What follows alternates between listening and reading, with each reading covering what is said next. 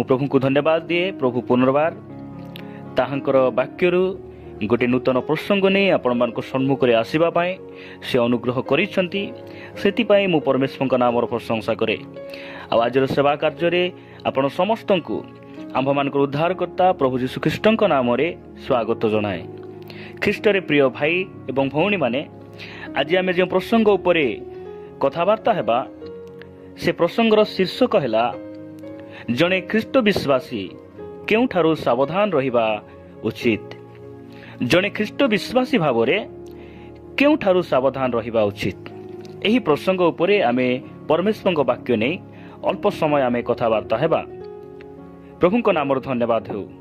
ପ୍ରିୟମାନେ, ଆମେ ଅନେକ ସମୟରେ ଅନେକ ଗୁଡ଼ିଏ ବିଷୟଠାରୁ ସାବଧାନ ନ ହେବାରୁ, ଆମେ ସତର୍କ ନ ହେବାରୁ ସମସ୍ୟାର ସମ୍ମୁଖୀନ ହେବାକୁ ପଡ଼ିଥାଏ, ଦୁଃଖର ସମ୍ମୁଖୀନ ହେବାକୁ ପଡ଼ିଥାଏ।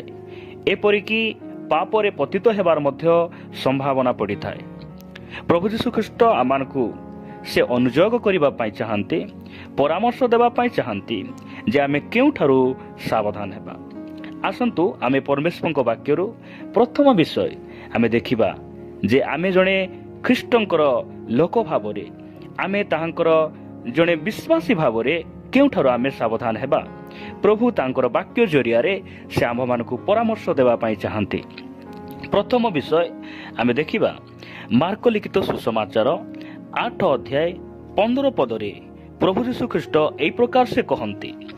ଏଠାରେ ଏ ପ୍ରକାର ଲେଖାଯାଏ, ପରେ ଯୀଶୁ ସେମାନଙ୍କୁ ଦୃଢ଼ ଆଜ୍ଞା ଦେଲେ, ସତର୍କ ହୁଅ, ଫାରୁସୀମାନଙ୍କ ଓ ହେରୋଦଙ୍କ ଖମିର ଠାରୁ ସାବଧାନ ହୋଇଥାଅ। ପ୍ରିୟ ପ୍ରଭୁଙ୍କ ଲୋକମାନେ, ପ୍ରଭୁଙ୍କ ନାମର ଧନ୍ୟବାଦ ହେଉ। ଏଠାରେ ପ୍ରଭୁ ଯୀଶୁଖ୍ରୀଷ୍ଟ ଦୃଢ଼ ଆଜ୍ଞାର ସହିତ ଗୁରୁତ୍ୱପୂର୍ଣ୍ଣ ଭାବରେ, ଅତି ମହତ୍ତ୍ୱ ଭାବରେ ସେ ଆମମାନଙ୍କୁ ସତର୍କ କରିବା ପାଇଁ ଚାହାନ୍ତି ଯେ ହେରୋଦଙ୍କ ଖମିର ଠାରୁ ଆଉ ଫାରୁସୀମାନଙ୍କ ଖମିର ଠାରୁ ସାବଧାନ ହୋଇଥାଉ। ମୁଁ ଆପଣମାନଙ୍କୁ ଫାରୁସୀମାନଙ୍କ ଖମିର ବିଷୟରେ ମୁଁ କହୁନାହିଁ, ହେରୋଦଙ୍କ ଖମିର ଠାରୁ ଆମେ ସାବଧାନ ହେବାର ଅଛି, ଏହି କଥା ମୁଁ ଆପଣମାନଙ୍କୁ କହିବା ପାଇଁ ଚାହେଁ। ପ୍ରିୟ ପ୍ରଭୁଙ୍କ ଲୋକମାନେ, ଖମିରର ଅର୍ଥ ଆମେ କ'ଣ ବୁଝୁ? ଖମିର ବୋଲି କହିଲେ ପାପ ଆଉ ଦୁଷ୍ଟତାକୁ ବୁଝାଏ, ଯାହାକି ଏହାର ଉତ୍ତର ଆମେ ପ୍ରଥମ କରିନ୍ଥୀୟ 5 ଅଧ୍ୟାୟ 6-8 ପଦ ମଧ୍ୟରେ ଆମେ ପାଇପାରିବା। ଖମିରର ଅର୍ଥ ଦୁଷ୍ଟତା ଆଉ ଗୋଟେ ପାପମୟ ସ୍ୱଭାବକୁ ବୁଝାଏ। ତ ହେରୋଦଙ୍କ ସ୍ୱଭାବ ଠାରୁ ସାବଧାନ ରହିବା ପାଇଁ ପ୍ରଭୁ ଯୀଶୁଖ୍ରୀଷ୍ଟ ଆମମାନଙ୍କୁ ସେ ସତର୍କ କରାନ୍ତି। ଆସନ୍ତୁ ଆମେ ଦେଖିବା ଯେ ହେରୋଦଙ୍କ ଠାରୁ ପ୍ରଭୁ ଯୀଶୁଖ୍ରୀଷ୍ଟ ସାବଧାନ ରହିବା ପାଇଁ ଆମକୁ କାହିଁକି ସେ କହନ୍ତି, ଆଉ ହେରୋଦଙ୍କ ଠାରେ ଏ ପ୍ରକାର କ'ଣ ସ୍ୱଭାବ ଥିଲା ଯେ ପ୍ରଭୁଙ୍କର ଅର୍ଥାତ୍ ଯୀଶୁଖ୍ରୀଷ୍ଟଙ୍କର ଗୋଟେ ଘୃଣାର ବିଷୟ ଥିଲା, ଯେ ସେଇ ସ୍ୱଭାବକୁ ସେ ପସନ୍ଦ କରୁନଥିଲେ। ଆଉ ଆଜି ସେମାନଙ୍କୁ ଶିଖାଉଛନ୍ତି ସେଇ ସ୍ୱଭାବ ତୁମଠାରେ ନଥାଉ, ସେଇ ସ୍ୱଭାବ ଠାରୁ ତୁମେ ସାବଧାନ ରହିଥାଅ। ଏହି କଥା ସେମାନଙ୍କୁ କହିବା ପାଇଁ ଚାହାନ୍ତି। ଯଦି ଆମେ ହେରୋଦଙ୍କର ସ୍ୱଭାବକୁ ଆମେ ଦେଖିବା, ସେହି ମାର୍କ ଲିଖିତ ସୁସମାଚାର 6 ଅଧ୍ୟାୟକୁ ଯଦି ଆମେ ଯିବା, ଏଠାରେ ଏ ପ୍ରକାର ଲେଖାଯାଏ ଯେ 19 ପଦ ଯଦି ଆମେ ପଢ଼ୁ, ସେଥିରେ ହେରୋଦିଆ ତାଙ୍କ ପ୍ରତି ଈର୍ଷାନ୍ୱିତ ହୋଇ ତାଙ୍କୁ ବଧ କରିବା ନିମନ୍ତେ ଇଚ୍ଛା କରୁଥିଲେ। ଏଠାରେ ଏ ପ୍ରକାର ଲେଖାଯାଏ, କାରଣ ଜହନ ହେରୋଦଙ୍କୁ କହୁଥିଲେ, ଆପଣା ଭାଇର ଭାର୍ଯ୍ୟାକୁ ରଖିବା ଆପଣଙ୍କର ବିଧିସଙ୍ଗତ ନୁହେଁ। ସେଥିରେ ହେରୋଦିଆ ତାଙ୍କ ପ୍ରତି ଈର୍ଷାନ୍ୱିତ ହୋଇ ତାଙ୍କୁ ବଧ କରିବା ନିମନ୍ତେ ଇଚ୍ଛା କରୁଥିଲେ, ମାତ୍ର ପାରୁନଥିଲେ। ପ୍ରିୟମାନେ, ପ୍ରଭୁ ଯୀଶୁଖ୍ରୀଷ୍ଟ ଜହନ ହେରୋଦଙ୍କୁ ସେ କିଛି ଖରାପ କଥା ସେ କହିନାହାନ୍ତି। ସେ ଗୋଟିଏ କଥା କହିଲେ ଯେ ଭାଇର ଭାର୍ଯ୍ୟାକୁ ରଖିବା ବିଧିସଙ୍ଗତ ନୁହେଁ। ଏହି କଥା ଶୁଣିଲା ପରେ ହେରୋଦିଆ ରାଗିଗଲେ। ସେ ଜହନଙ୍କୁ ରାଗି ତାଙ୍କୁ ବଧ କରିବା ପାଇଁ ଚେଷ୍ଟା କରୁଥିଲେ। ଆଉ ଯଦି 20 ପଦ ଆପଣ ଦେଖିବେ, ଏଠାରେ ପ୍ରକାର ଲେଖାଯାଏ, କାରଣ ହେରୋଦ ଜହନଙ୍କୁ ଜଣେ ଧାର୍ମିକ ଓ ପବିତ୍ର ବ୍ୟକ୍ତି ଜାଣି ଭୟ କରୁଥିଲେ, ଆଉ ତାଙ୍କୁ ରକ୍ଷା କରିବାକୁ ଚେଷ୍ଟା କରୁଥିଲେ। ତାଙ୍କୁ ବଧ କରିବା ପାଇଁ ମଧ୍ୟ ଚେଷ୍ଟା କରୁଥିଲେ, ସେ ତାଙ୍କୁ ରକ୍ଷା କରିବା ପାଇଁ ମଧ୍ୟ ଚେଷ୍ଟା କରୁଥିଲେ। ଆପଣ ବୁଝନ୍ତୁ ଯେ ଏହି ସ୍ୱଭାବ କି ପ୍ରକାର ସ୍ୱଭାବ। ଆଉ ଯଦି ତଳକୁ ପଢ଼ିବେ ଆପଣ, ଏଠାରେ ଏ ପ୍ରକାର ଲେଖାଯାଉଛି, ପୁଣି ତାଙ୍କ କଥା ଶୁଣି ଅତିଶୟ ଉଦ୍ବିଗ୍ନ ହେଲେ ସୁଦ୍ଧା, ଯୋହନଙ୍କର ବାକ୍ୟକୁ ଶୁଣି ଭୟଗ୍ରସ୍ତ ହେଲେ ମଧ୍ୟ ତାହାଙ୍କର କଥାକୁ ଶୁଣି ଆଶ୍ଚର୍ଯ୍ୟ ହେଲେ ସୁଦ୍ଧା ଆନନ୍ଦରେ ତାହା ଶୁଣୁଥିଲେ। ସେ ଆନନ୍ଦରେ ଯୋହନଙ୍କର ବାକ୍ୟ ଶୁଣୁଥିଲେ, ତାଙ୍କୁ ବୋଧ କରିବା ପାଇଁ ମଧ୍ୟ ଚେଷ୍ଟା କରୁଥିଲେ। ସେଥିପାଇଁ ଏହି ପ୍ରକାର ସ୍ୱଭାବ ଠାରୁ ସେ ଆମକୁ ସାବଧାନ ହେବା ପାଇଁ, ସେମାନଙ୍କ ମଧ୍ୟରୁ ବାହାରି ଆସିବା ପାଇଁ ପ୍ରଭୁ ଯୀଶୁଖ୍ରୀଷ୍ଟ ସେମାନଙ୍କୁ ପରାମର୍ଶ ଦିଅନ୍ତି।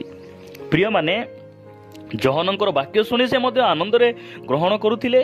ଆଉ ଯଦି ଆପଣ ମାଥିଉ ପୁସ୍ତକକୁ ଆସିବେ, ମାଥିଉ ପୁସ୍ତକ 14 ଅଧ୍ୟାୟ 6 ଆଉ 7 ପଦ ଯଦି ଆପଣ ଦେଖିବେ, ସେଠାରେ ଏ ପ୍ରକାର ଲେଖାଯାଉଛି, କିନ୍ତୁ ହେରୋଦଙ୍କ ଜନ୍ମଦିନ ପଡ଼ନ୍ତେ ହେରୋଦିଆଙ୍କ କନ୍ୟା ସଭା ମଧ୍ୟରେ ନୃତ୍ୟ କରି ହେରୋଦଙ୍କୁ ମୁଗ୍ଧ କରିଦେଲା। ସେଥିରେ ସେ ଶପଥ କରି ପ୍ରତିଜ୍ଞା କଲେ ଯେ ସେ ଯାହା ମାଗିବ ସେ ତାହାକୁ ଦେବେ। ଦେଖନ୍ତୁ, ହେରୋଦ ସେ ଯୋହନଙ୍କର ବାକ୍ୟରେ ମଧ୍ୟ ଆନନ୍ଦ କରୁଛନ୍ତି। ଇଆଡ଼େ ଅଧା କପଡ଼ା ପିନ୍ଧି ନାଚ କରୁଥିବା ସେ ନାଚକୁ ଦେଖି ମଧ୍ୟ ସେ ଆନନ୍ଦ କରୁଛନ୍ତି। ଏଇଟା କି ପ୍ରକାର ସ୍ୱଭାବ ଆପଣ ଚିନ୍ତା କରି ଦେଖନ୍ତୁ। ଆମ ଗାଁ ଗହଳିରେ ସେବା କରେ, ଆଉ ମୁଁ ଜାଣେ ଅନେକ ଗୁଡ଼ିଏ ମଣ୍ଡଳୀରେ ସେମାନେ ବାକ୍ୟ ଶୁଣି ମଧ୍ୟ ମଣ୍ଡଳୀରେ ଆନନ୍ଦ କରନ୍ତି, ଆରାଧନାରେ ମଧ୍ୟ ସେମାନେ ଆନନ୍ଦ କରନ୍ତି। ତାପରେ ସେମାନେ ଟିଭି ସିରିଏଲ, ଅନେକ ଗୁଡ଼ାଏ ସିନେମା, ନାଚରେ ମଧ୍ୟ ସେମାନେ ଆନନ୍ଦ କରନ୍ତି।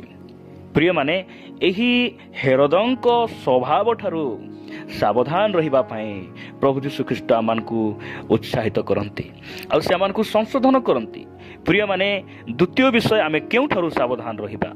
ମୁଁ ଆପଣମାନଙ୍କୁ ଏବ୍ରୀ ପୁସ୍ତକ ନିକଟକୁ ନେବା ପାଇଁ ଚାହେଁ। ଏବ୍ରୀ ପୁସ୍ତକ 12 ଅଧ୍ୟାୟ 25 ପଦରେ ଏ ପ୍ରକାର ଲେଖାଯାଏ, ଦ୍ୱିତୀୟ ବିଷୟ ଆମେ ଏଇଠାରୁ ସାବଧାନ ରହିବା ଆବଶ୍ୟକ ରହିଛି। ସାବଧାନ, ଏଠାରେ ଏ ପ୍ରକାର ଲେଖାଯାଏ, ସାବଧାନ ଯେ ବାକ୍ୟ ଅଛନ୍ତି ତାହାଙ୍କୁ ଅଗ୍ରାହ୍ୟ ନ କର, କାରଣ ଯେ ପୃଥିବୀରେ ଆଦେଶ ଦେଲେ ତାହାଙ୍କୁ ଅଗ୍ରାହ୍ୟ କରିବାରୁ ସେମାନେ ଯେ ରକ୍ଷା ପାଇଲେ ନାହିଁ, ତେବେ ଯେ ସ୍ୱର୍ଗରୁ ଆଦେଶ ଦେଉଛନ୍ତି ତାହାଙ୍କ ଠାରୁ ବିମୁଖ ହେଲେ ଆମ୍ଭେମାନେ ଯେ ରକ୍ଷା ପାଇବା ନାହିଁ, ଏହା କେତେ ଅଧିକ ସୁନିଶ୍ଚିତ। ପ୍ରଭୁଙ୍କ ନାମର ଧନ୍ୟବାଦ ହେଉ। ପ୍ରିୟମାନେ, ଯେ ବାକ୍ୟ କହୁଅଛନ୍ତି ତାହାଙ୍କୁ ଅଗ୍ରାହ୍ୟ ନ କର। ଆଜି ଅନେକ ଭାଇ ଭଉଣୀମାନେ ଏ ପ୍ରକାର କି ସେମାନଙ୍କର ବସିବାର ଉଠିବାର ଦ୍ୱାରା ପ୍ରଚାରକମାନଙ୍କୁ ଅଗ୍ରାହ୍ୟ କରନ୍ତି। ଏହି ପ୍ରକାର ଭାବରେ ଅଗ୍ରାହ୍ୟ କରନ୍ତି। ସିଏ ଟିକେ ଅଶିକ୍ଷିତ, ସେ ଶିକ୍ଷିତ, ଆଉ ଏ ପ୍ରକାର ସେମାନେ ଅଗ୍ରାହ୍ୟ କରନ୍ତି। ସେ 7 ଫୁଟ ଲମ୍ବା ଅଛନ୍ତି, ସେ 8 ଫୁଟ ଲମ୍ବା ଅଛନ୍ତି। ଏହି ପ୍ରକାର ମାଧ୍ୟମରେ ସେମାନେ ପରମେଶ୍ୱରଙ୍କ ଦାସମାନଙ୍କୁ ଅଗ୍ରାହ୍ୟ କରନ୍ତି। ମାତ୍ର ଆମେ ଜାଣିବା ଆବଶ୍ୟକ ରହିଛି, ଯେଉଁମାନେ କି ଏହି ପୃଥିବୀର ଆଦେଶ ଦେଲେ ସେହି ଆଦେଶକୁ ନ ମାନିବା ଦ୍ୱାରା କେହି ରକ୍ଷା ପାଇପାରୁନାହାନ୍ତି। ଆଉ ଯେ ବାକ୍ୟ କହୁଅଛନ୍ତି ସେମାନେ ଏହି ପୃଥିବୀର ଆଦେଶକୁ ସେମାନେ ଘୋଷଣା କରୁନାହାନ୍ତି, ସେମାନେ ସ୍ୱର୍ଗର ଆଦେଶକୁ ସେମାନେ ଘୋଷଣା କରୁଛନ୍ତି। ସେଥିପାଇଁ ତାହାଙ୍କୁ ଆମେ ଅଗ୍ରାହ୍ୟ ନ କରିବା ଆବଶ୍ୟକ ରହିଛି। ଏଇଥିରୁ ଆମେ ସାବଧାନ ହେବା ଆବଶ୍ୟକ ରହିଛି। ଅନେକ ସମୟରେ ହେୟ ଜ୍ଞାନ ମାଧ୍ୟମରେ ଅଗ୍ରାହ୍ୟ କରୁ, ଅନେକ ସମୟରେ ଆମମାନଙ୍କର ନିଦ ଦ୍ୱାରା, ବସିବା ଦ୍ୱାରା, ଆମମାନଙ୍କର ଉଠିବା ଦ୍ୱାରା ଆମେ ପରମେଶ୍ୱରଙ୍କର ପ୍ରଚାରକମାନଙ୍କୁ, ତାଙ୍କର ବାକ୍ୟକୁ ଆମେ ଅଗ୍ରାହ୍ୟ କରୁ। ପ୍ରଭୁ ଯୀଶୁଖ୍ରୀଷ୍ଟ ନିଜ ଲୋକମାନଙ୍କ ନିକଟରେ ସେ ଆସିଲେ, ଆପଣ ରାଜ୍ୟକୁ ଆସିଲେ, ମାତ୍ର ବାକ୍ୟ କହେ ତାହାଙ୍କୁ କେହି ମଧ୍ୟ ଗ୍ରହଣ କଲେ ନାହିଁ। ପ୍ରିୟମାନେ, ଗ୍ରହଣ ନ କରିବାରୁ ଆପଣ ଜାଣନ୍ତି କି ଯେ ପ୍ରକାଶିତ ବାକ୍ୟ 1 ଅଧ୍ୟାୟରେ ଲେଖାଯାଏ ଯେ ଯେଉଁମାନେ ତାହାଙ୍କୁ ଅଗ୍ରାହ୍ୟ କଲେ, ଯେଉଁମାନେ ତାହାଙ୍କୁ କ୍ରୁଶରେ ବିନ୍ଧିଥିଲେ, ସେମାନେ ମଧ୍ୟ ତାହାଙ୍କୁ ମେଘମାଳରେ ଦେଖିବେ। ପ୍ରଭୁ ଆଜି ଆମମାନଙ୍କୁ କହିବା ପାଇଁ ଚାହାନ୍ତି, ଆସୁ ଆମେ 2ଟି ବିଷୟରୁ ସାବଧାନ ହେବା। ହେରୋଦଙ୍କ ଖମୀର ଠାରୁ ଆମେ ସାବଧାନ ହେବା। ହେରୋଦଙ୍କ ପାଖରେ ଯେଉଁ ସ୍ୱଭାବ ଥିଲା ସେଠାରୁ ଆମେ ସାବଧାନ ହେବା। ଆଉ ଯଦ୍ୟପି ଆମେ ପ୍ରଭୁଙ୍କର ଦାସମାନଙ୍କୁ ଅଗ୍ରାହ୍ୟ କରିଛୁ, ଉଚ୍ଚ ନିଚ ଦେଖିଛୁ, ଆମେ ଏଇଠାରୁ ସାବଧାନ ହେବା। ପ୍ରଭୁ ଆମମାନଙ୍କୁ ଆଶୀର୍ବାଦ କରିବେ। ଏ ବାକ୍ୟ ମାଧ୍ୟମରେ ପ୍ରଭୁ ଆମ ସମସ୍ତଙ୍କୁ ପ୍ରଚୁର ଆଶୀର୍ବାଦ କରନ୍ତୁ। ଆମେନ୍।